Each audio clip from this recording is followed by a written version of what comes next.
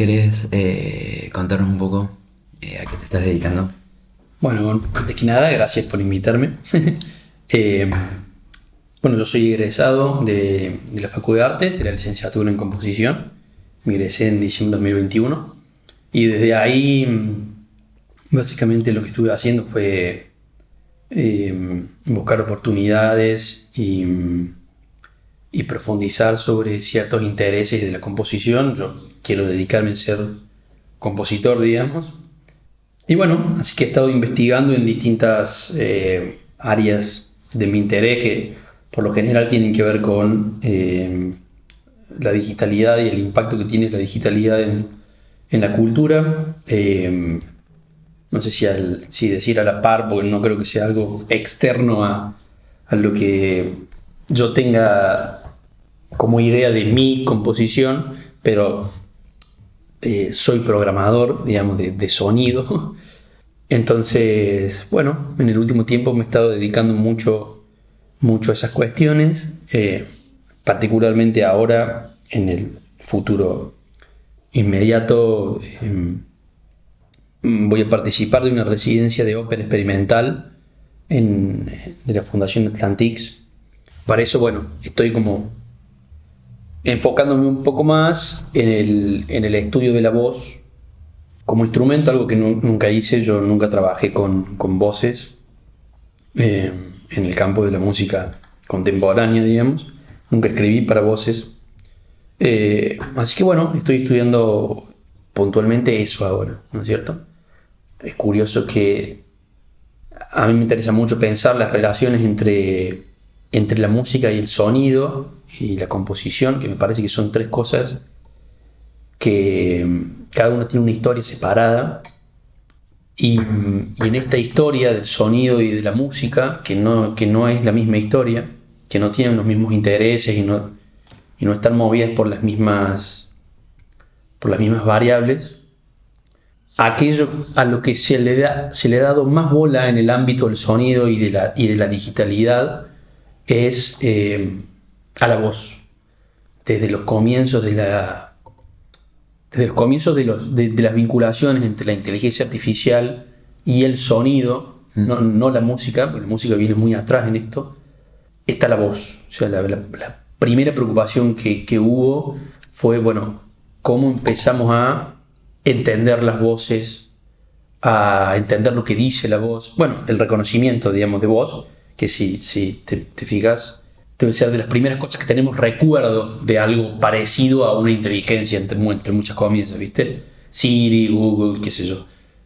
Desde el reconocimiento de voz hasta pasando quizás antes la síntesis de voz, de manera que todo el universo del sonido y de la voz me parece que es muy rico, tiene muchísimo potencial, primero técnico y después estético. Y bueno, me gustaría poder explorar justamente estas posibilidades estéticas o expresivas.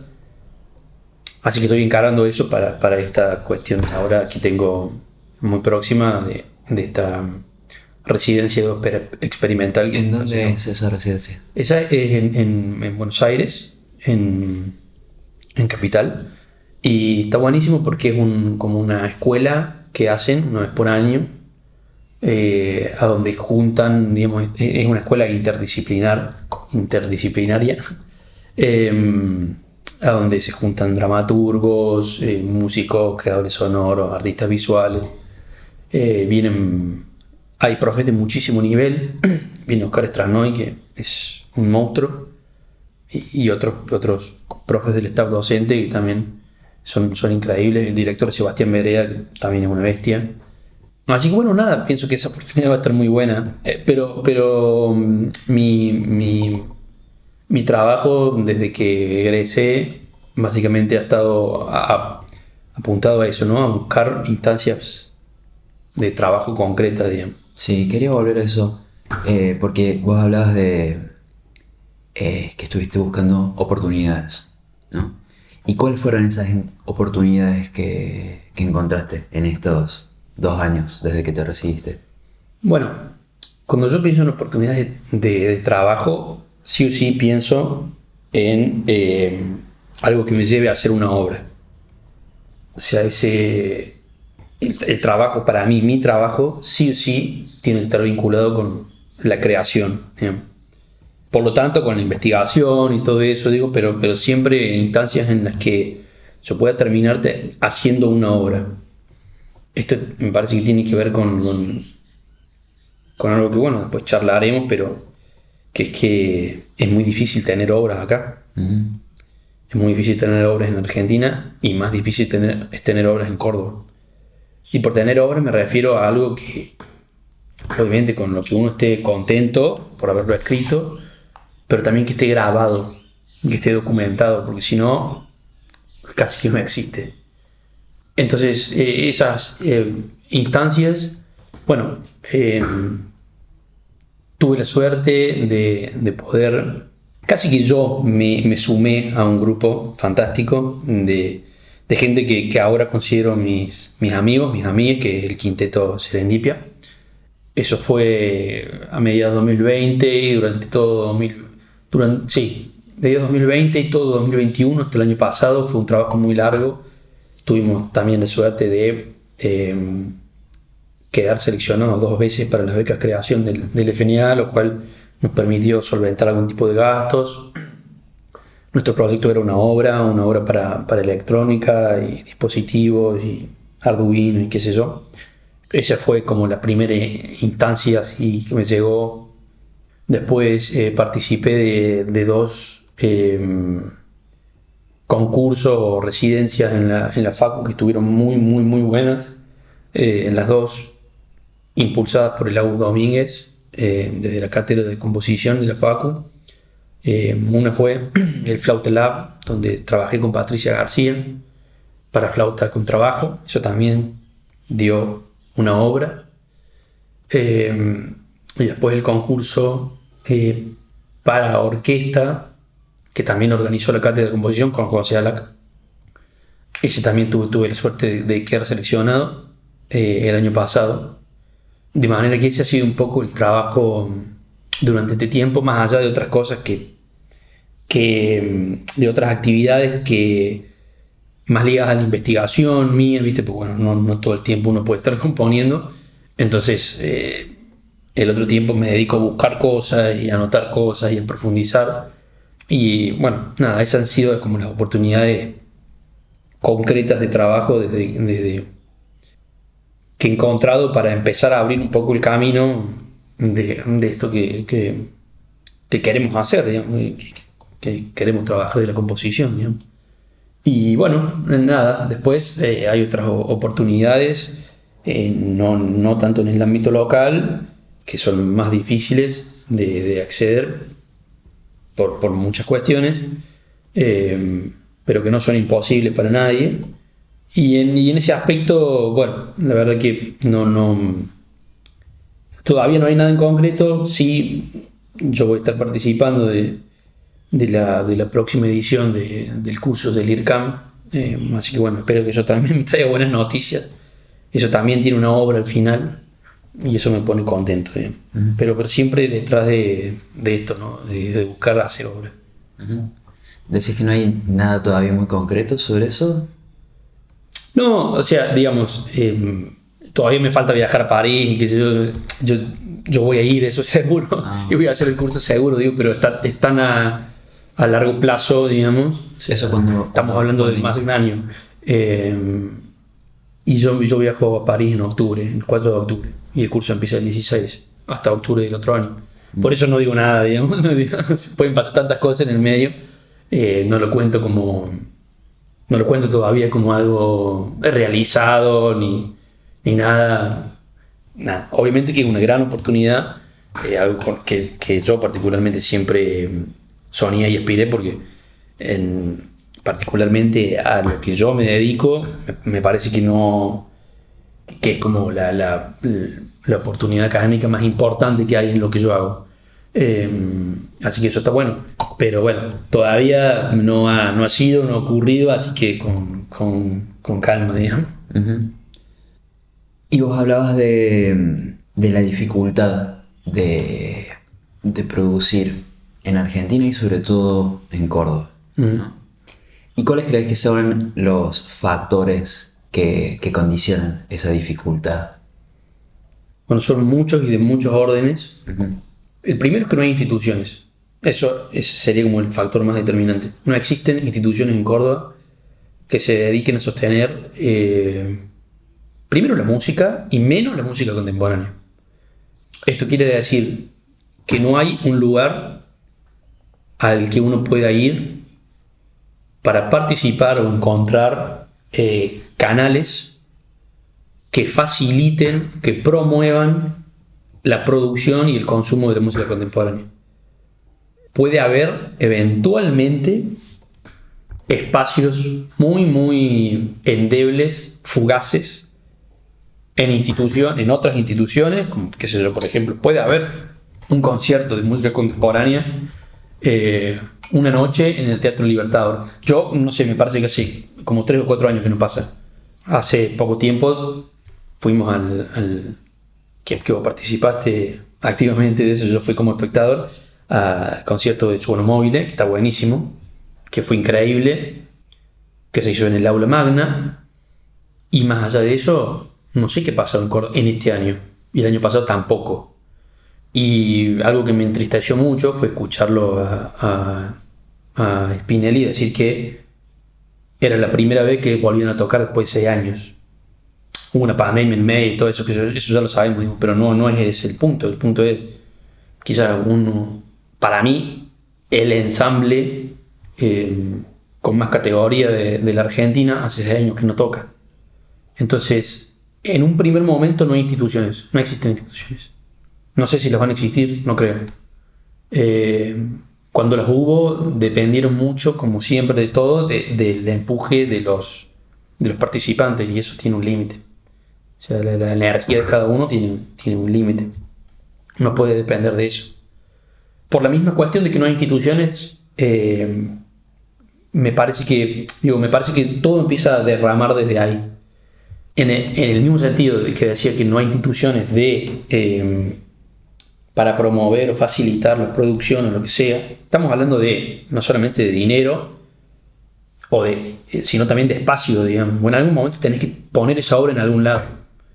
Con esta cuestión que te mencionaba del trabajo del quinteto, yo le escribí a todos los museos de Córdoba. A todos los museos de Córdoba. O quizás estoy exagerando un poco, pero no tanto. Le debo haber escrito sí a 10 o 12 espacios, no necesariamente museos, que podían albergar una propuesta como la nuestra. La propuesta nuestra era: dame una sala, un día, durante 6 horas, para que grabemos y filmemos una obra.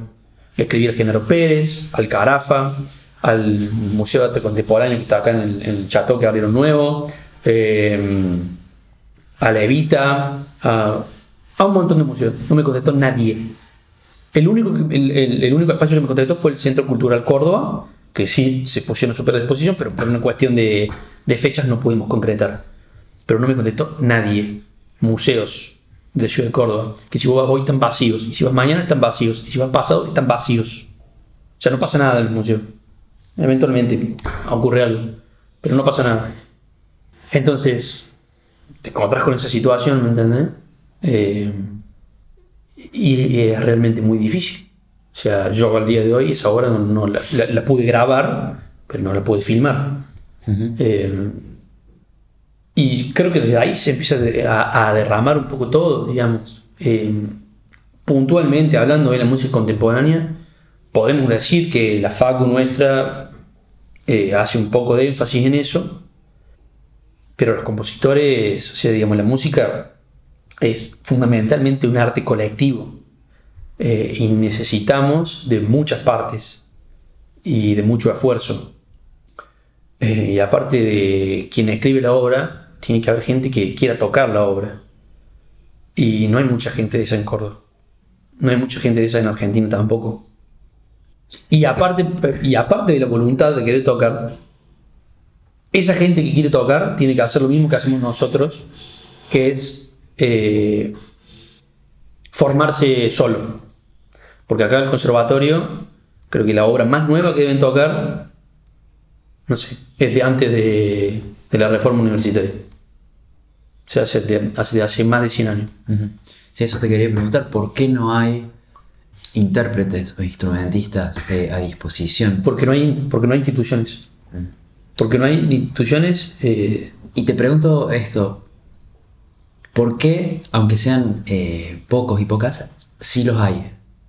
¿No? Si hay gente interesada. Claro, por ejemplo el quinteto Serendipia.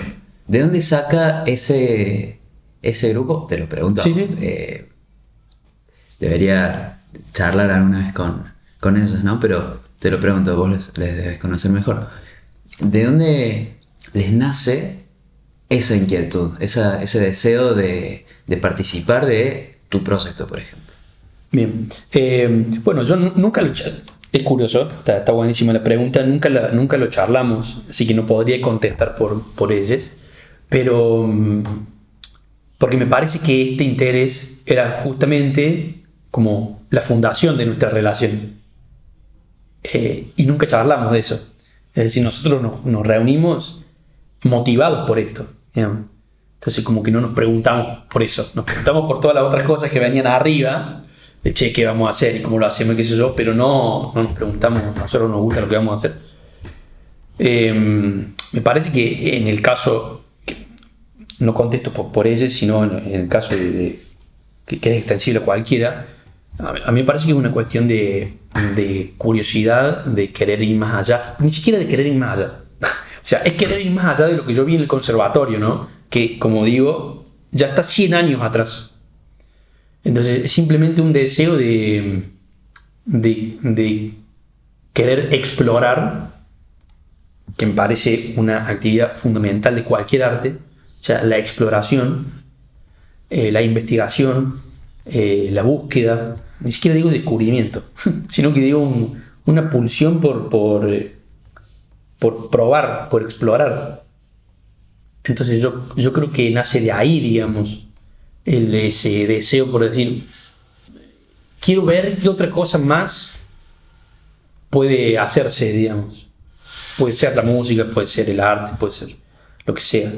Me parece que va como un poco de ahí, que en algún momento lo que vos estás haciendo te tiene que interrogar a vos, en el buen o en el mal sentido, pero siempre te tiene que interrogar, digamos, decir, che, yo estoy tocando esto que, no sé, no lo veo tanto, ¿viste? O sea, no me mueve tanto, no me interesa, o lo he escuchado tantas veces, ¿por qué? O sea, yo entiendo por qué, digo, no digo que no se tenga que hacer, pero seguir yendo al teatro, escuchar la novena de Beethoven, qué sé yo, cuando podríamos escuchar tantas otras cosas.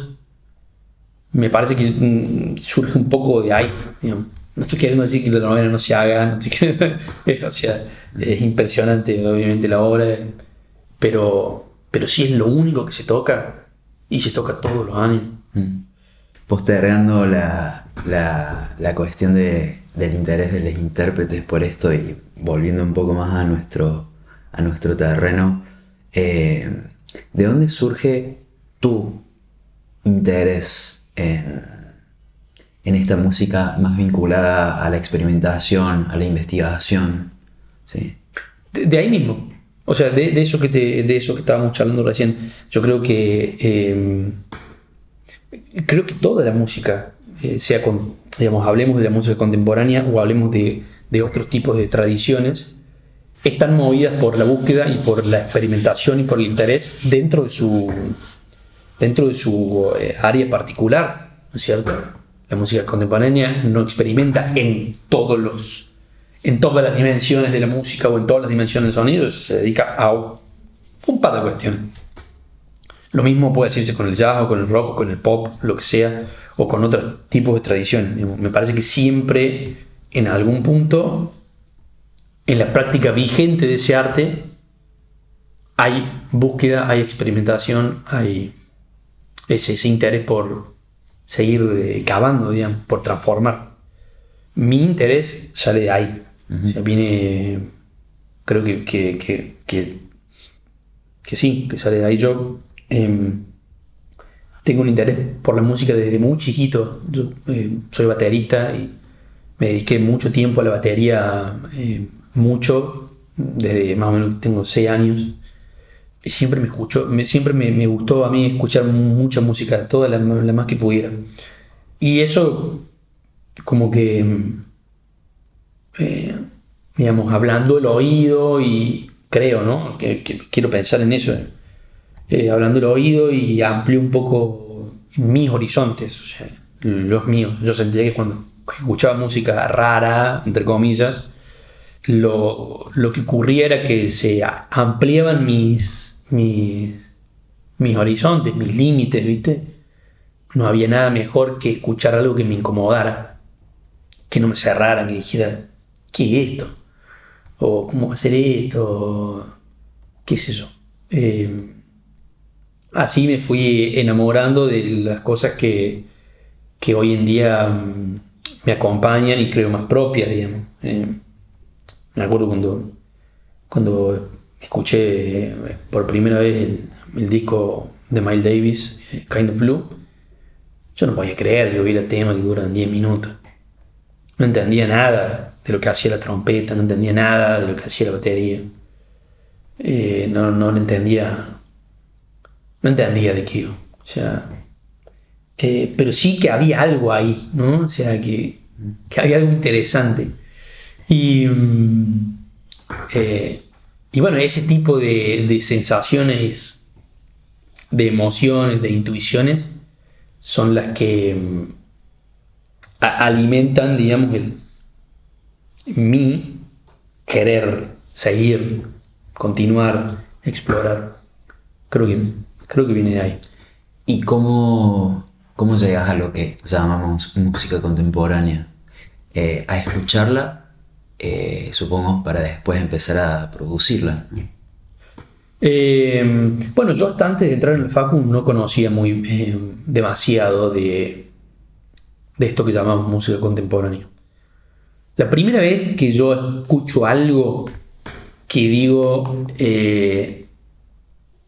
perdón la palabra, la puta madre, ¿qué es esto? Fue recién, lo voy a decir o lo voy a comparar en términos, digamos, del calendario escolar o facultativo, digamos, cosa que yo no estoy muy de acuerdo con eso, pero fue más o menos un cuarto año de la facultad, y no fue en la facultad, que fue el cuarteto de cuerdas in vivo de Rafael Sendo. Yo escuché eso y dije, no puedo creer lo que estoy escuchando. Primero me pareció bellísimo a primera escucha, así, fue una cosa que dije, no. Tuve esa sensación de decir, yo no sabía que la música podía ser esto. Yo no lo sabía. Y hacía 4 años que estaba en la facu, hacía 20 y pico que tocaba la batería, y dije, la puta madre. Creo que eso como que me terminó de convencer. No sé si así, no sé si los procesos se pueden describir así, pero sí me acuerdo de ese día, ¿viste? Así que escuché y dije, acá en mi pieza, dije, no puedo creer, yo tengo que hacer esto, digamos, por acá. Perdóname, te contesté con un hito, no creo que sea que pueda ser como realmente representativo de cómo se fue transformando. Es obvio que estando en la facu y escuchando y escribiendo, todo eso se fue gestando, digo. Pero tengo esa vez marcada en la cabeza. Cuando escuché ese dije, no puedo creer lo que... Era tan distinto a todo lo que... Incluso a todo lo que yo venía escuchando en mi vida y venía haciendo en mi vida, en la facu y fuera de la facu. Y bueno, ahí tengo un amor eterno por Rafael Sendo. ¿Usted lo encontraste? Sí, tuve mucha suerte. Fue mucha suerte. Me encontré una vez en Rafaela. Él estaba en pareja, creo que sigue estando, con una mujer de Rafaela. Y fue un año nuevo. Se ve que él había venido a pasar. Él es francés. Él es francés, sí. Él había venido a pasar las fiestas por primera vez con la familia de su pareja. Y bueno, yo justo también estaba en Rafaela, vi en Facebook que había subido un chiste, porque había encontrado un paquete de bizcochitos Don Satur, y bueno, él es como el creador de la música saturada. Entonces subí ese chiste y yo estaba en 1 de enero con la resaca propia y justa del 1 de enero, y vi ese chiste y dije, ¿de dónde sacó este paquete este tipo? Y entré como a su perfil y vi que tenía una foto muy familiar argentina y estaba etiquetado en Rafaela, y yo estaba en Rafaela, o sea, yo vivo en Córdoba, toda mi vida viví en Córdoba. Así que le escribí, fue muy generoso, una persona muy generosa, muy amable, me podría haber sacado cagando, te estoy hablando que era 1 de enero, ¿no? Y bueno, nada, nos juntamos y charlamos una tarde, y bueno, fue muy inspirador, fue muy generoso, y obviamente que siempre voy a estar agradecido por eso, porque fue con total desinterés, o sea, me dijo, vení mañana, y fui, y charlamos un rato largo, y estuvo muy bueno. Ah, es increíble esa historia. Sí. ¿Qué hacías en Rafaela? Y yo estaba de novio con una chica de Rafaela, y también había ido a pasar el año nuevo con ella. Así que fue mucha casualidad. Y me acuerdo que estaba tan emocionado que yo no sé si era la primera o la segunda vez que iba a Rafaela, pero yo no tenía idea de lo que era Rafaela, o sea, no conocía a Rafaela. Y salí de la casa y me acuerdo que en aquel momento mi novia me había dicho, avísame cuando termines, yo te paso a buscar. Porque ellos vivían como en las afueras. Y yo, de la emoción que tenía, salí de la casa y me fui caminando. O sea, me caminé hasta la casa de ella, no sé cuánto era. Y me acuerdo, lo tengo anotado en un diario, en una agenda mía, que eso fue el 2 de enero de 2020. Y me acuerdo que anoté, esto es una bosta, porque después de este día, este año solo puede empeorar. Y bueno, 2 meses después vino la pandemia. Así que sí, eso fue la parte graciosa de la anécdota. Pero fue mucha casualidad y estuvo muy bueno. Y él es una gran persona. Volviendo a algunas cosas que charlábamos antes, solo un comentario, me quedo con algo que decías sobre el disco de Miles Davis. Hablabas de que no entendías y que, o sea, a pesar de esa barrera, si querés, como del entendimiento que tiene su límite, como que algo se filtraba, algo pasaba más allá, algo te impactaba de alguna otra forma, ¿no? Te conmovía de alguna otra forma. No sé si esto que voy a contar es tan así, pero un poco lo reconstruyo de esa forma. El primer concierto de música contemporánea al que fui fue el trabajo final del Daniel Avan, 2014, en el auditorio del Sepia. Nos invitó la Gaby Yaya, tocaba Sono Mobile, y habían, en ese momento creo que tenían un percusionista que era Javier Muñoz, si no me equivoco, y habían alquilado una gran casa instalada en el auditorio del Sepia. Era mi segundo año de la facultad, estaba... Más que un segundo año de la facultad, era como el 9º año del secundario para mí. Claro. ¿No? Era ahí todavía como una persona que no había ingresado del todo en las lógicas de la vida universitaria, y sin dudas no tenía por ahí el compromiso con el estudio de la música o la carrera de composición que empecé a tener. No te digo que desde ese día de como un clic, pero bueno, sí, a partir de ese segundo, tercer año, cuarto año. Pero bueno, a lo que iba es que la clase siguiente de morfología con la Gaby preguntó quién había ido. Creo que yo había sido el único. Una cosa que se ve mucho ahí, ¿no? De que en cursos de 80 a 100 personas, en realidad muy poca gente asista a un trabajo final, ¿no? De la misma carrera. A lo que iba, no dejo de desviarme, es que la Gaby me preguntó como que me había parecido, no sé, y yo lo que recuerdo responderle es que no había entendido nada, ¿viste? Y la Gaby me preguntó algo así como, bueno, ¿y por qué tenías que entender algo?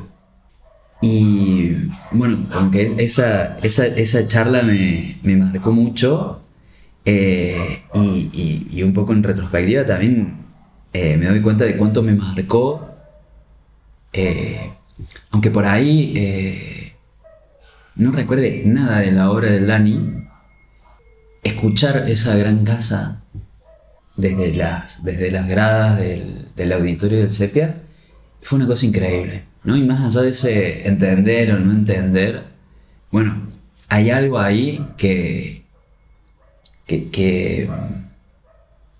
está en lo que de vuelta llamamos como música contemporánea, que siento que puede como atravesar ese entendimiento y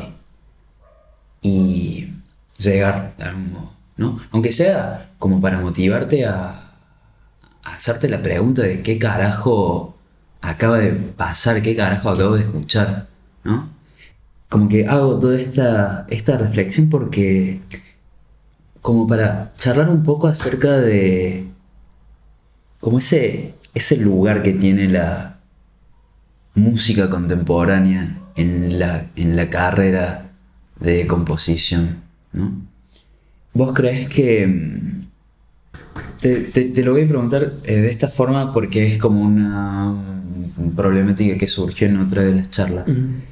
¿Vos crees que para acercarse a la música contemporánea es necesario entender la música contemporánea históricamente, entender, no sé, lo que fue la Segunda Escuela de Viena, lo que fue el serialismo integral de la posguerra o las músicas indeterminadas, o entender el espectralismo de los 70? ¿Vos crees que para aproximarse a la música contemporánea es necesaria esa contextualización histórica? O sea, la respuesta es, para mí, categóricamente, no. Ni para la música contemporánea, ni para ningún tipo de arte. No. Lisa y llanamente no. No. Para acercarse a nada hace falta ese tipo de contextualización. Después, para interiorizarse, para, digámoslo, apreciarlo mejor, para tener más criterio, sí. Para escucharla por primera vez, por segunda vez, por tercera vez, no hace falta. Pero la música contemporánea, digamos, tradicionalmente se fue, como se dice, como distanciando de los públicos, ¿no? De vuelta, desde la música contemporánea de hace más de 100 años, ¿no? Pensando en Schoenberg. Entonces un poco la pregunta que me hago es personas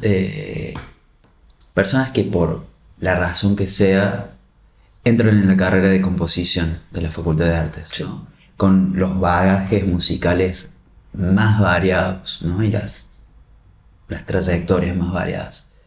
¿Vos crees que tienen todas las mismas oportunidades de aproximarse a la música contemporánea? Sí, no veo por qué no. Sí, no veo por qué.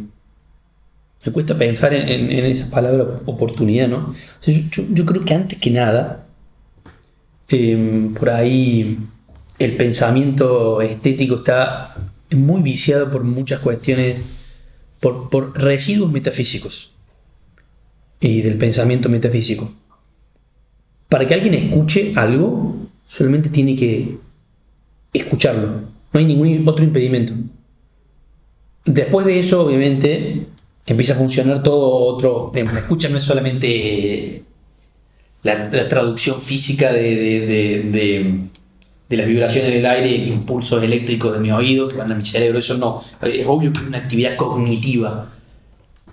Pero me parece que no hay tantos impedimentos, no existen tantos impedimentos cognitivos para la primera experiencia de una expresión de un fenómeno estético, como sí creen muchas corrientes del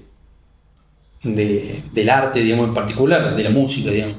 La escucha adorniana, ¿me entendés? De reconstruir, de prever, de anticipar, de conectar. Está bárbaro eso, pero no es la única forma y no hace falta. Entonces, si vos me preguntas si todas las personas, todos los estudiantes de la carrera de composición tienen la misma oportunidad de escuchar y de interesarse por la música contemporánea, a priori la respuesta para mí es que sí. Después nadie está obligado a que a algo le interese, digamos, y cada uno puede tener intereses totalmente distintos. O sea, ya te digo, yo no entré a la facu sabiendo a ciencia cierta lo que era, tampoco ahora lo sé, ¿no? Pero no entré sabiendo, habiendo escuchado muchas obras de compositores contemporáneos ni nada de eso. O sea, y ya te digo, incluso en la carrera, compositores estrictamente contemporáneos, creo que no escuché, debo haber escuchado 3 o 4 veces. Porque vos mencionás a Schoenberg, sí, lo escuchamos muchas veces a Schoenberg. Schoenberg, no sé, ¿cuántos años de muerte tiene? Se murió a los 60 y pico. Ya tiene 60 años de muerte. Entonces, bueno, para mí la respuesta es sí. Todas las personas que entran en el facu tienen la misma oportunidad.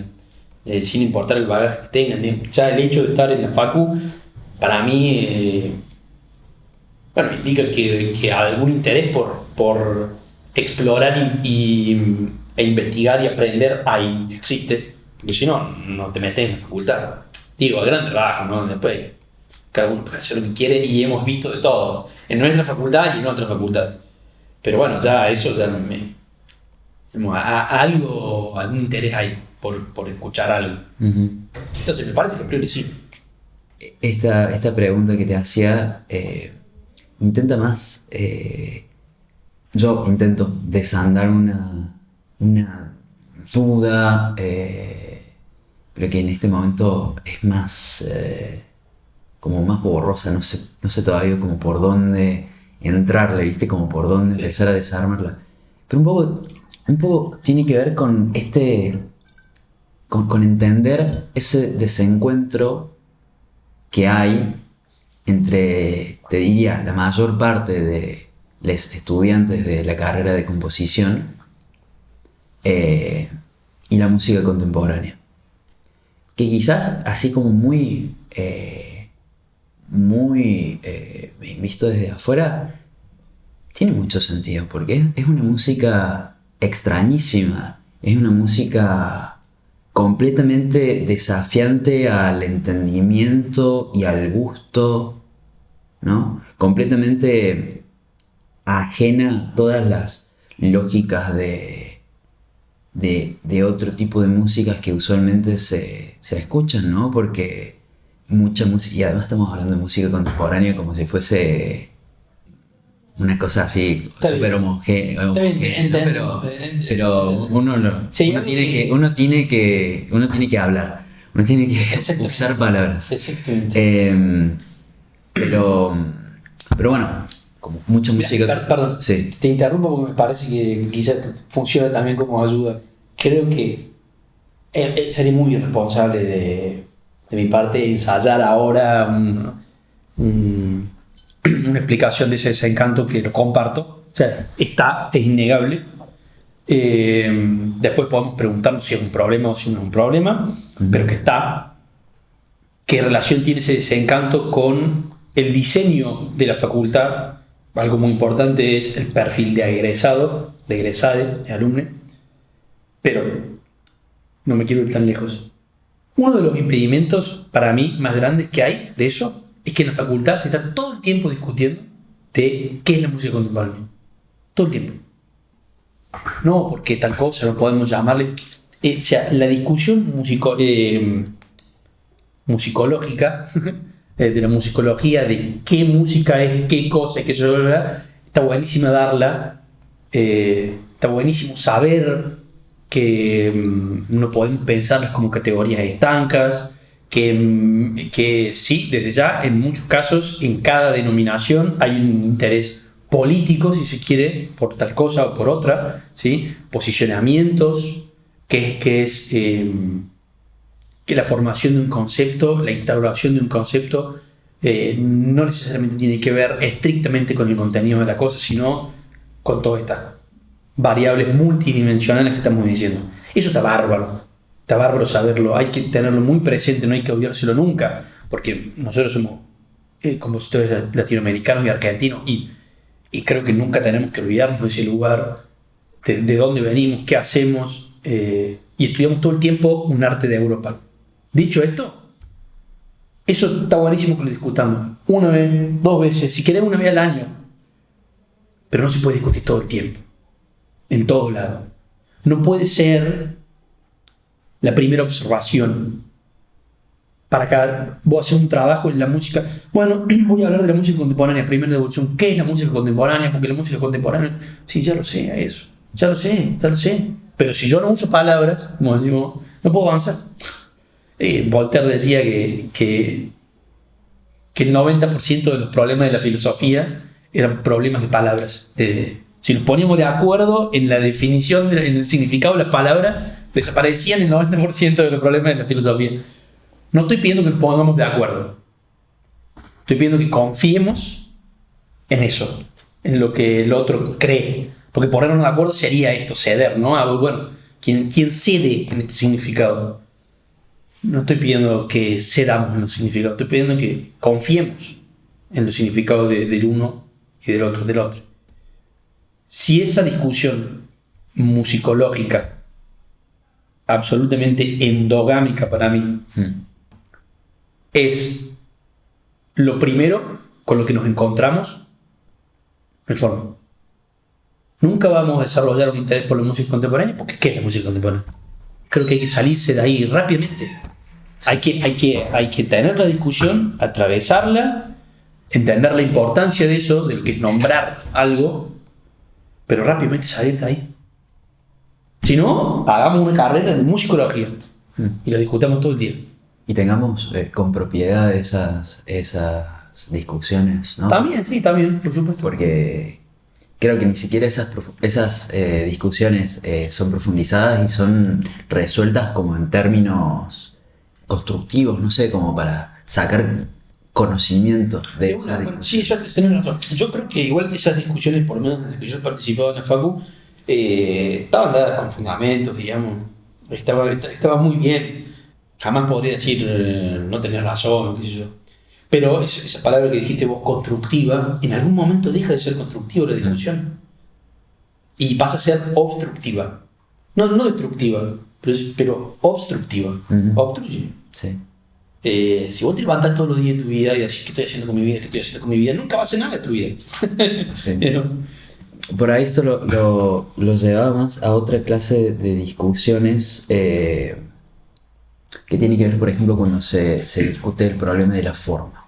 Se empieza a problematizar la forma y es muy distinto cuando se problematiza la forma en morfología, donde podemos partir de distintos autores y referirnos conceptualmente a tal o cual definición de forma según, qué sé yo, Dalhaus, Getty, Mongeau, ponele, y que realmente se pueda construir como una discusión a partir de eso, que cuando se discute forma en otros espacios, te diría que en cualquier otro espacio, porque hay realmente cada uno tiene su propia definición de qué es la forma, Sí. ¿no? Y realmente, y creo que como que se me venía esta clase de problemática, porque me parece que es un poco lo que sucede con esta otra discusión que decís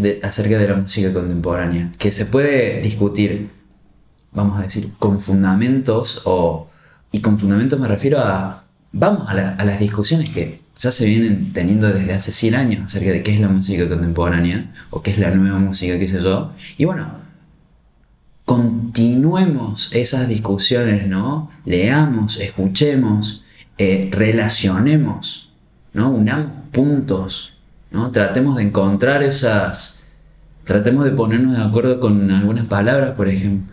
Y después hay como otra forma de hablar de la música contemporánea que es, para mí la música contemporánea es... Está esa dimensión subjetiva, y también está esta pata cuasi metafísica, no metafísica, de repente te diría, que te decía, digamos, que funciona como barrera. De vuelta, está buenísimo que nos preguntemos por la forma, pero si nos preguntamos siempre por la forma, ante cada obra que escuchemos o que hagamos nosotros, estamos de la mano. Sí. Y ahí es donde a veces me parece que ponemos el carro por delante del caballo. Porque la práctica compositiva no la vamos a hacer, para mí, desde mi punto de vista, todo lo que estoy diciendo es como yo veo las cosas. La práctica compositiva no la vamos a hacer aprendiendo en un libro qué es la forma y diciendo hasta que no resolvamos esto, no podemos escribir. Para mí al revés, o sea, el arte es generador, es creador. No es que hay que hacer una actividad creativa para hacer arte, sino que el arte en sí es una actividad creativa. El pensamiento de Adorno viene después de la obra de Schoenberg, de la obra de la Segunda Escuela de Viena. No viene antes. Schoenberg, Weber, Berg no leen la obra de Adorno y dicen, mira esto. Es al revés. Discutamos una forma, una clase, dos clases, poniéndolo en términos, en un contexto pedagógico, ¿no? Porque no tiene por qué ser así. Hablando puntualmente de la facultad, algo que yo intento escapar. Pero veamos la forma, discutámosla, después hagamos música, escribamos música, que no es discutir sobre la forma. Sí.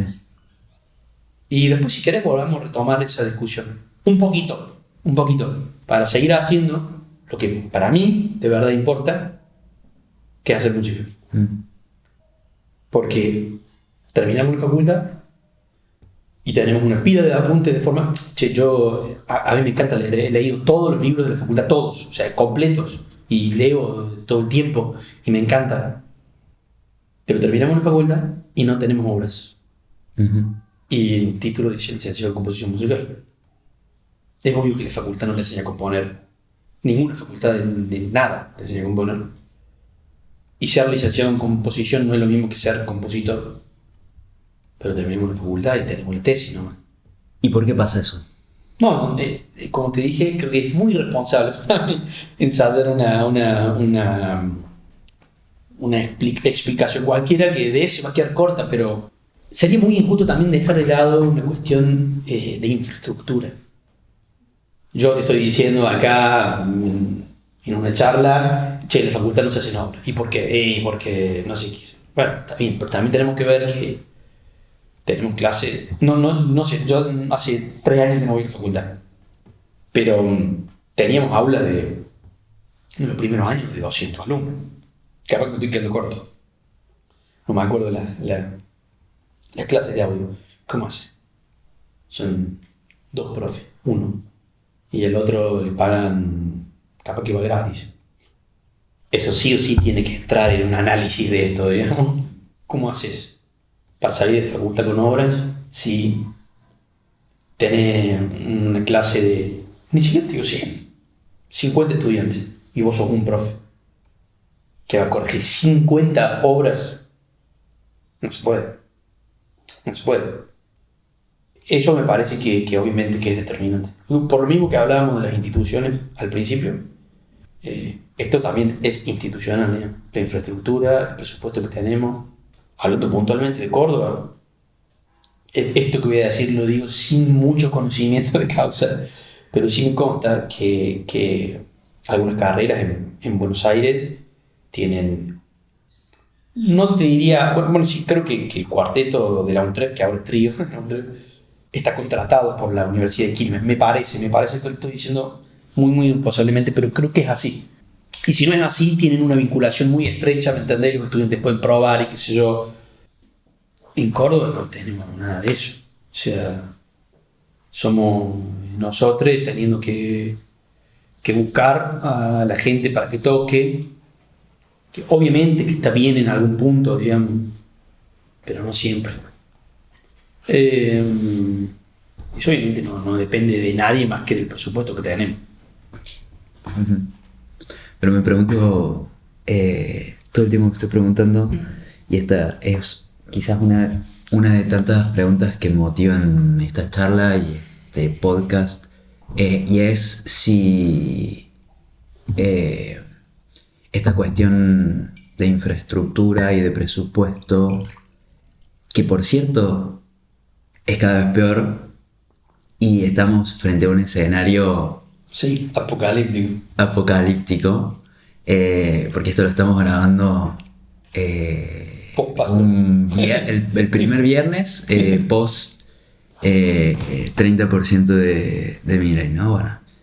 Bueno, como que lo que me pregunto es esta cuestión de infraestructura ¿hace que esto sea un caso perdido, que sea una batalla perdida, o podemos empezar a pensar las cosas de otra manera desde nuestro lugar de estudiantes, de egresados, de docentes, para que las cosas, empiecen a... que por ejemplo se empiece a producir más música, que empecemos a componer más? Porque vos recién decías esto de... terminamos la carrera de composición con quizás una obra que es la del trabajo final, porque no componemos durante la carrera, porque finalmente lo que componemos en la carrera se termina inscribiendo como un práctico, un parcial, que en el 90% de los casos termina siendo presentado en Sibelius, ¿no? Se puede decir. Ese es el problema. El problema no es que sea compuesto como un trabajo práctico, sino que no suena. Sí. Y más allá del garrón que es. Sí. Te agrego una cosa más. Eso en el caso puntual de las materias de composición. Estoy hablando de cuando yo cursé, que no hace mucho, pero puede ser diferente. Pero en el resto de las materias, todos los trabajos son grupales. Eso te iba a decir. O en tuya, ninguna. Eso te iba a decir. Justamente quería agregar eso. Que en muchos casos, sobre todo los trabajos de orquestación, que me parece que son como los ejemplares en lo que es como esta práctica de la composición, se va un paso más allá, que es, conseguite un instrumentista, ¿no? Que toque la obra. O juntemos un cuarteto de cuerdas y hagamos un concierto con todos estos trabajos prácticos, digamos, entre comillas. Pero también ahí nos enfrentamos a otra cuestión de infraestructura, que es esta cantidad de gente, de estudiantes, frente a un profesor y la necesidad de hacer grupos de 10 personas, componer una obra de 5 minutos entre 10 personas. Sí, cada uno se 10 compase. Sí, hay oportunidad también, me pregunto, para que la composición pase por fuera de esos espacios curriculares. ¿Y en qué espacios va a pasar? Lontano, por ejemplo. Lo pongo como ejemplo de un grupo de compositores que nos juntamos a producir música con un pie adentro de la facu y un pie afuera de la facu, pero justamente movidos por esa necesidad de hacer música y bueno, no encontrar como ese... La práctica de Lontano, yo lo sé, porque sí lo sigo, pero la práctica de Lontano, ¿a dónde se da? ¿A dónde ocurre? ¿A dónde se juntan? Sí, bueno, igual la práctica es imposible. Digamos. ¿cómo? Sin ese encuentro es imposible. Sí, obvio. ¿A dónde se juntan? Y en este momento, o sea, hasta ahora hemos subsistido gracias a 2 proyectos que hemos radicado en el CEPE. Bien, ¿y después de ahora? Y ahora estamos buscando espacios. Bueno, ahí está. Estamos buscando espacios. Esa es la respuesta. Para mí. Estoy diciendo muy categóricamente, pero para mí. Sin instituciones, no hay forma. Sin instituciones, tu pregunta era si había forma de si la cuestión está institucional, de infraestructura, de presupuesto, es una enfermedad terminal para nosotros, para nuestra tarea, o si hay otra forma de salida de que puede ser por afuera y yo primero contesto una cosa y después agrego otra. Como dije al principio, si es así, depende de la voluntad de las personas. Y esa voluntad tiene un límite. O sea, siempre tiene un límite. Si Lontano, que vos sos uno de las cabezas del director, no quiero decir el director porque sé que es como bastante de horizontal, pero bueno, corregime si me equivoco. Vos sos el motor principal de Lontano. Sin el CEPI, en este caso el CEPI hablando puntualmente, después de eso, tu voluntad tiene un límite. ¿No? Y sin tu voluntad, ¿cuánto tiempo más dura Lontano? Perdón, hemos terminado hablando de un caso puntual, ya no viene ya no es lo mejor, pero después de la voluntad de la persona, no recuerdo ahora el nombre, creo que era el Córdoba Ensamble, esa iniciativa que hizo Juan, Sí. que era impresionante. Sí. O sea, sonaron, si no me equivoco, sonaron obras de Ligeti en el Teatro Libertador. Sí. Hoy lo pienso, es una locura. ¿Y cuánto tiempo puede durar eso? Nunca lo hablé con Juan, nunca se lo pude consultar, ni nada, yo no tengo mucho contacto con él, pero seguramente tuvo algo que ver con una cuestión institucional, de presupuesto, de infraestructura. Es decir, yo no puedo ser yo solo el que esté haciendo esto, no estoy diciendo que haya sido Juan solo, pero ha sido un grupo de personas. Sin instituciones no hay forma. No hay forma. Eso por un lado. Por otro lado, yo pienso que la composición no pasa por la facultad. Pasa por otras instituciones que tienen que estar, que no existen, pero que no es la facultad. En este punto, no sé, hay que mirar un poco lo que pasa afuera. Que de vuelta es muy injusto decirlo así sin tener en cuenta otro millón de cosas. Millón de cosas que en realidad casi todas se terminan reduciendo a millones de dólares, digamos, dispuestos a la cultura o lo que sea, que obviamente nosotros no disponemos de eso. Pero en otro lado hay instituciones para esto. Hay lugares donde funciona. Yo no. Esto no lo estoy diciendo como respuesta, porque como te digo, es irresponsable decirlo. Entonces, sin tener en cuenta todo lo otro. Pero para mí, sin instituciones, no hay forma. Perdón. Hace una semana o menos cerró el concurso del FNA del ex premio Juan Carlos Paz. Sí. El jurado eran 3 personas, obviamente con una carrera impresionante, impecable, pero que no son compositores, sino que son intérpretes. Sin ocupar espacios en instituciones, la música contemporánea, imposible. Y hacía 2 años que no se hacía el premio.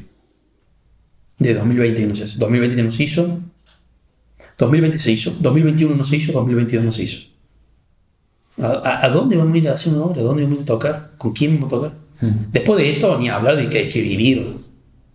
No lo estoy diciendo pesimistamente, ni apocalípticamente, ni diciendo no hay salida. Pero me parece que la salida no tiene que ser heroica, en el sentido de, bueno, vamos a ir colectivamente contra todo esto que no está. No, no hay forma. Claro. Para mí no hay forma. Claro. O sea, tiene que ser en otra manera, digamos, la batalla. Sí. Es que un poco lo que me pregunto con todo esto que decís es qué son las instituciones y qué posibilidades tenemos individual y colectivamente de incidir sobre esas instituciones. Individual ninguna, porque individualmente no ocurre. Solamente ocurre de manera colectiva. Pero, ¿qué oportunidad real tenemos colectivamente ahora, 18 de agosto de 2023, de hacer algo? No sé. No sé. No, yo esa respuesta no la tengo, digamos. Y en mi caso personal, solo he recibido negativas.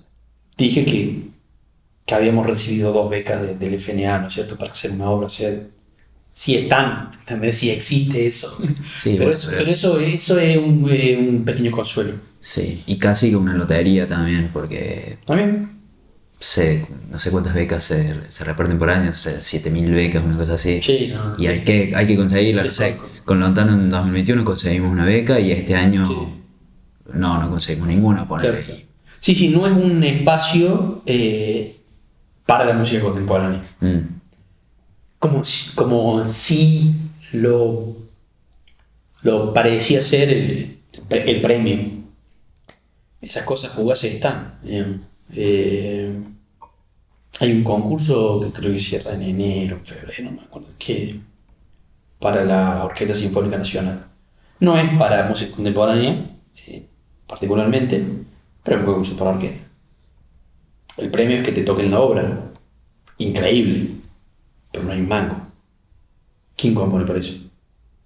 No es una crítica al concurso. Obviamente, si no hay un mango, porque no hay plata. Eso ya creo que está claro. Pero de vuelta son cosas muy fugaces, muy endebles, muy frágiles, que seguramente sale de una voluntad muy individual, que encuentra y dice, estoy hablando con mucha hipótesis y especulación, ¿no? Pero seguramente hay, hagamos un concurso para que se mueva algo, pero no hay guita. Bueno, no importa, lo hagamos lo mismo. Bueno, está buenísimo. Seguramente quien lo gane va a ser increíble, digamos. Va a ser una gran ayuda. Pero bueno, hay que sentarse a hacer una obra para orquesta sin un mango detrás. Eso sumado a otra cosa, que es que lo que hay existe en Buenos Aires. Y no hay forma. No hay ninguna forma. O sea, los pocos espacios que hay están en Buenos Aires. Y poca apertura. Muy poca apertura. No sé, me pregunto, ¿no? Tenemos una orquesta de Córdoba, tenemos la orquesta de Córdoba del teatro, tenemos la orquesta de la UNC, está la filarmónica, este espacio como más autogestivo. Después tenemos bandas sinfónicas, ¿no? Y después tenemos coros, elencos estables y 1.000.000 de otros coros, ¿no? Los músicos hay un montón. Y me pregunto, claro, también te voy a contar esto.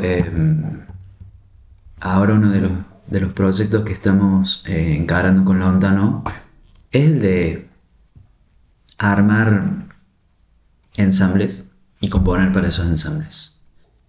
Esto un poco, digamos, entendiéndolo a partir de lo que venimos charlando, ¿no? Son voluntades muy individuales y por otro lado no hay... no estamos amparados por ninguna institución, entonces no tenemos ninguna certeza de que consigamos un espacio para ensayar, de que consigamos un espacio para concierto, pero están esas voluntades ahí de componer y de interpretar. Juntamos 20 intérpretes que los organizamos en 6 ensambles, ¿no?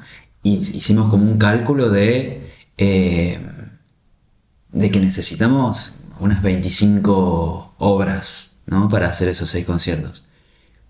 Esta es una especie de experimento como para decir, existen esas voluntades, ¿no? Tanto de esas voluntades creativas, sea del lado más compositivo, sea del lado más interpretativo. La pregunta es ahora cómo canalizamos esas voluntades creativas en algo que se pueda concretar, ¿no? ¿De qué depende todo eso? ¿De qué depende esa concreción, ¿no? Y bueno, ¿cómo llevamos eso a una institución, por ejemplo? No tengo idea. O sea, Sí. se trata de empezar a mandar mails. El hecho de que no tengas idea, o sea, nace de que no hay a priori un espacio en el que vos puedes ir a hacer eso. Claro, Que vas a tener que encontrártelo vos, digamos. claro. Bueno, y esto me parece, la propuesta tuya y de ustedes es obviamente increíble, que hayan juntado 20 personas, es increíble. Pero que tengamos que estar hablando de esto es triste. Totalmente. Es triste. Eso, en mi caso personal, esto es totalmente personal, esto te expulsa. Porque si vos tenés que estar pensando todas estas cosas, que de vuelta digo, es admirable, totalmente admirable. Ojalá que salga y que funcione, porque va a ser increíble, va a ser mucho más que lo que se hace, que lo que se hizo en los últimos años, y eso pasa. Pero el hecho de, para mí, por eso te decía que la persona de tener que estar pensando eso, es como decir, ni siquiera empecé a pensar en la obra que quiero hacer. No, es que, por ejemplo, bueno, yo estoy componiendo para el trabajo final, estoy Sí. como mis necesidades creativas están satisfechas, digamos. Pero sí, en este ciclo de conciertos, yo no voy a componer, Claro. ¿no? Porque claro, imagínate lo que es tener que estar gestionando a la par que tener que estar creando, ¿no? Son 2 trabajos Sí, totalmente. muy desgastantes simultáneos. Sí. Eso lo viví también mucho. Eso lo viví así, le puse el cuerpo a eso ahí también en Sepia con Lonta, ¿no? Yo me tuve que bajar de ser el responsable de producción y estar tocando el bandoneón en la obra, ¿no? Sí. Es terrible, empezás a disociar. Sí.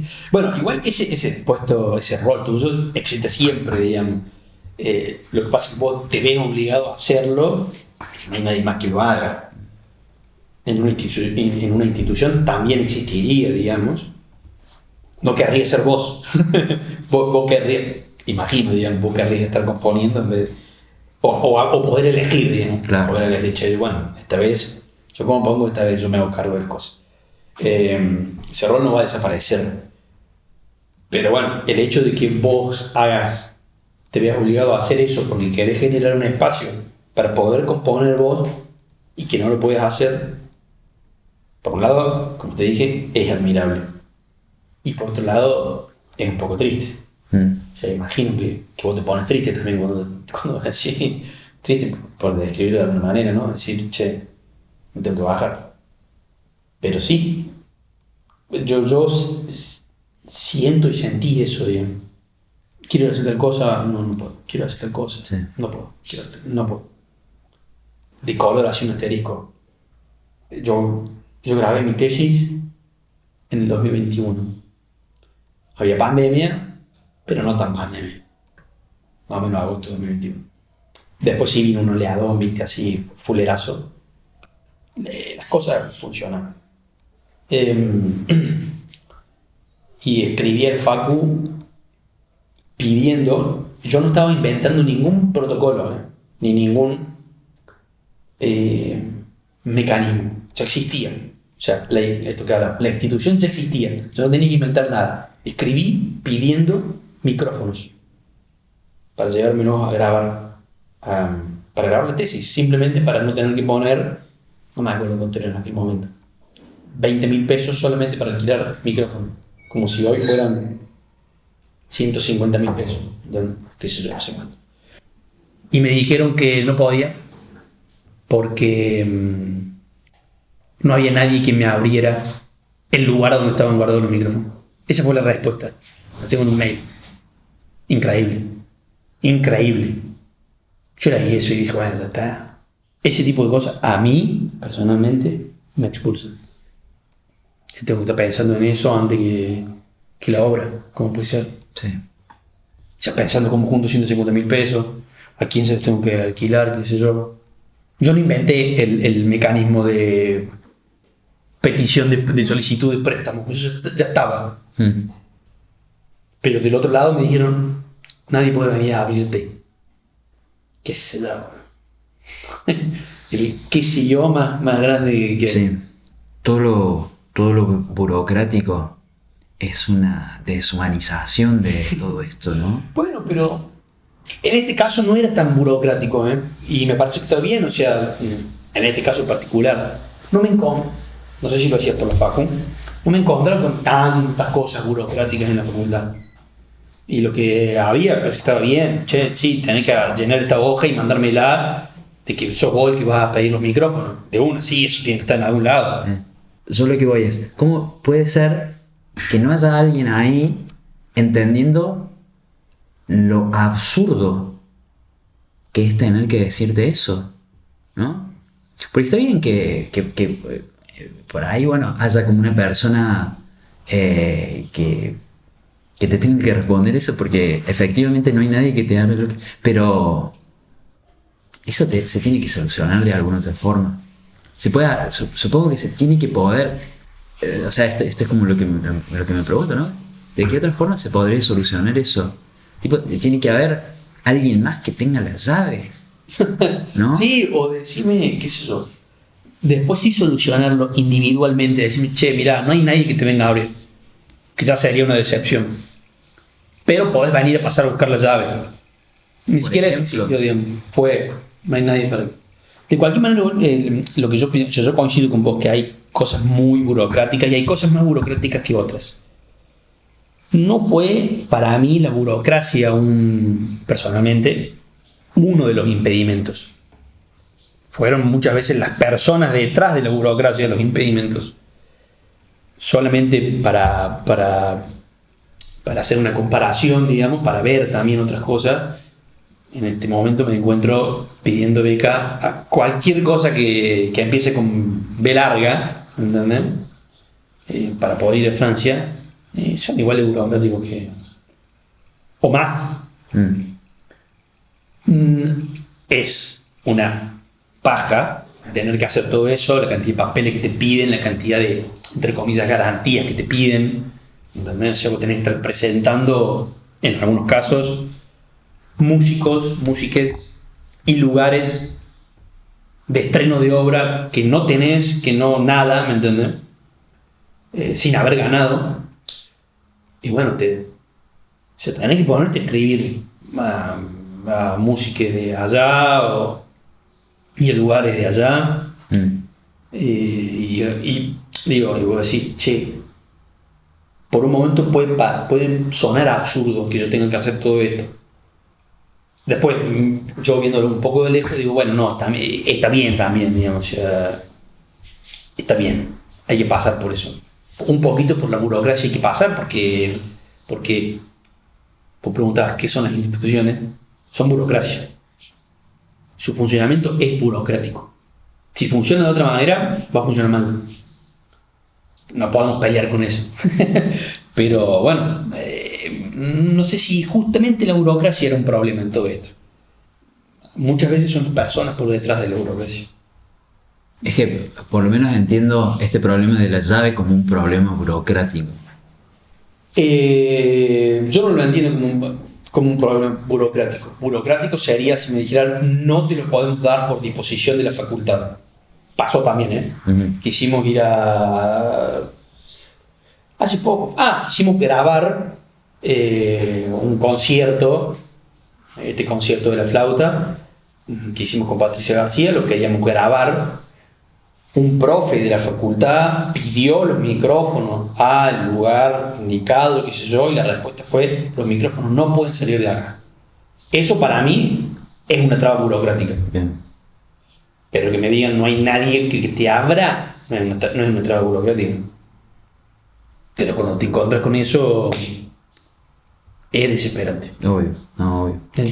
Y también es muy injusto esto de hacer hincapié en un solo hecho, digamos, particular. Paso mucho tiempo hablando del tema de los micrófonos, pero es extensible a todo. Ya te dije, o sea, yo le escribí en muchos museos, Sí. no me contestó ninguno. Y no fui porque no puedo ir a todos los museos, ¿me entendés?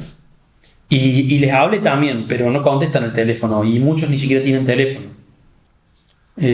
Seguramente si nos ponemos cara a cara con un tipo de un director del museo, te voy a decir: che, flaco, la verdad que yo entiendo tu necesidad, pero no puedo porque tal cosa, tal cosa. Seguramente va a haber una explicación institucional por detrás, o seguramente no. Yo confío que no, intuyo que no. Voy a los museos y son en gran parte espacios deshabitados, salvo puntuales como el Ferreira, que por buenas gestiones, creo yo, se llena de gente en el patio, hay gente dando vueltas dentro del museo y qué sé yo. Y el resto de los museos, Dios mío. Así que por eso digo que me parece que es extensible esta frustración a muchos ámbitos, a casi toda la práctica, que no tiene que ver con la composición, ¿no? Sí, no. Bueno, creo que por ahora solo nos podemos contentar con, bueno, compartir este descontento, ¿no? Sí. Ponerlo en palabras, ¿no? Charlar sobre esto. Quizás algún desahuciado también esté escuchando esta grabación y por ahí se pueda saber identificar un poco, o por lo menos que sepa que esta es la vida del compositor contemporáneo en Córdoba. Y bueno, yo imagino que otra cosa es posible acá, pero para que esa cosa sea posible, y tenemos que pasar por esto, tenemos que ponernos de acuerdo en las pésimas condiciones, o sea, reconocer las pésimas condiciones en las que estamos, reconocer también, hacer común esta necesidad también, porque no es tan obvia la necesidad de hacer estas músicas, si querés. Sí, no, la necesidad no... La necesidad no es obvia, pero creo que las condiciones las conocemos todos, todos. Desde ya que la necesidad de la música contemporánea no es obvia. Que sí se puede demostrar mejor, no explicar, sino demostrar mejor. Siento que hace falta charlar un poco más de todas estas cosas, ¿no? Tal vez no sea lo mismo para el Genaro Pérez recibir un mail de Agustín Isidoro que quizás recibir un mail de la Facultad de Artes. Seguro que no. ¿No? Seguro que no. Incluso y te diría más, con un aval municipal o un aval de la universidad provincial, ponele. Seguro.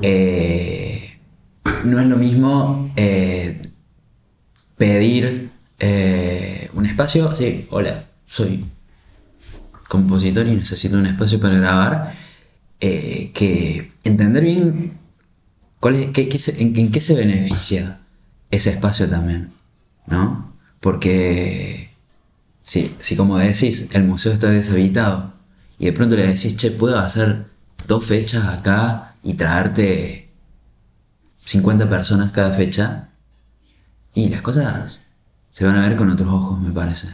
Pero bueno, ahí como que empiezan a emerger también todas lo que son las necesidades de gestión de esto, y sin dudas esta colectividad o esta comunidad de fondo, porque si no pasa lo que pasa siempre, que son voluntades individuales o de pequeños grupos o colectivos que al tiempo se agotan.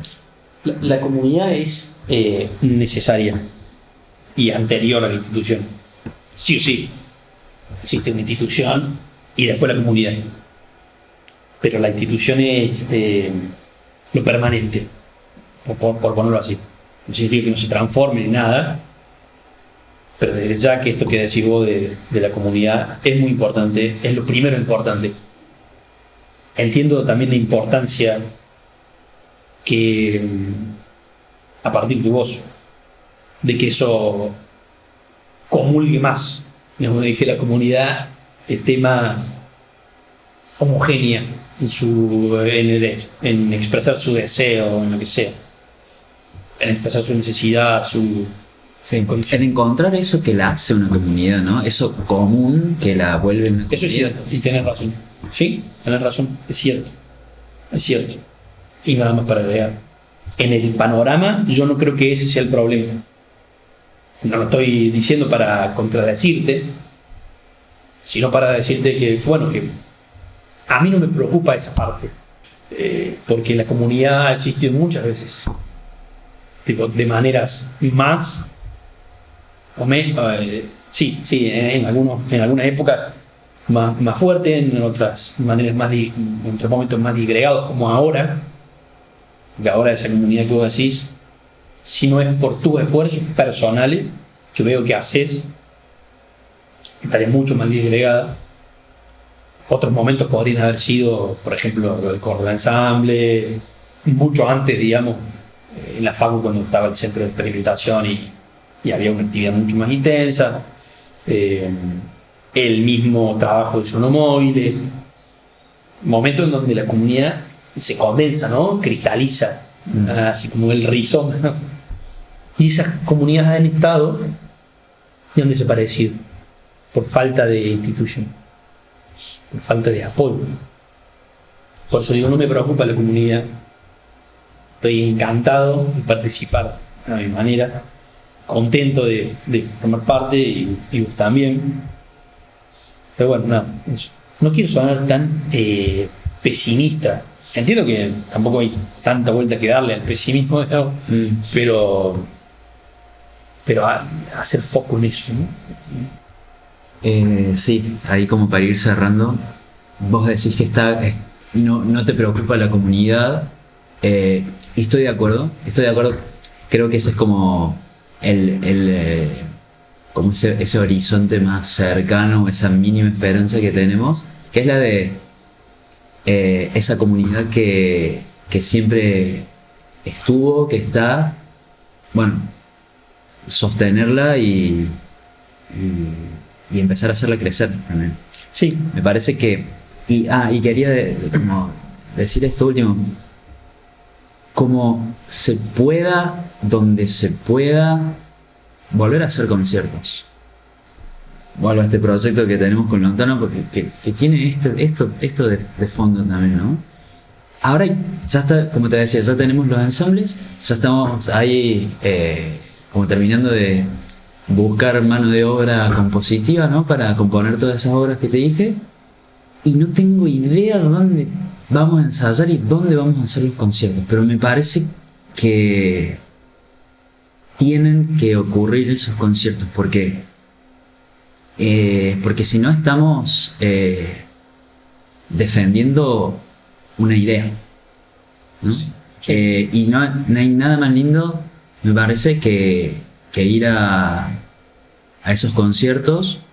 Es una experiencia increíble ir a un concierto de Sonomóviles, y era un sueño. 2017, el Fórum Nueva Música, tener una semana entera de conciertos, charlas, y tenías de todo, desde, bueno, no me acuerdo si, pero tenías el cuarteto del Untref, tenías el ensamble Nickel de Suiza, y bueno, nada más lindo que ir a esos conciertos y encontrarte con toda esa gente, e irte a tomar una birra después y ponerle el cuerpo, ¿no? a esa comunidad.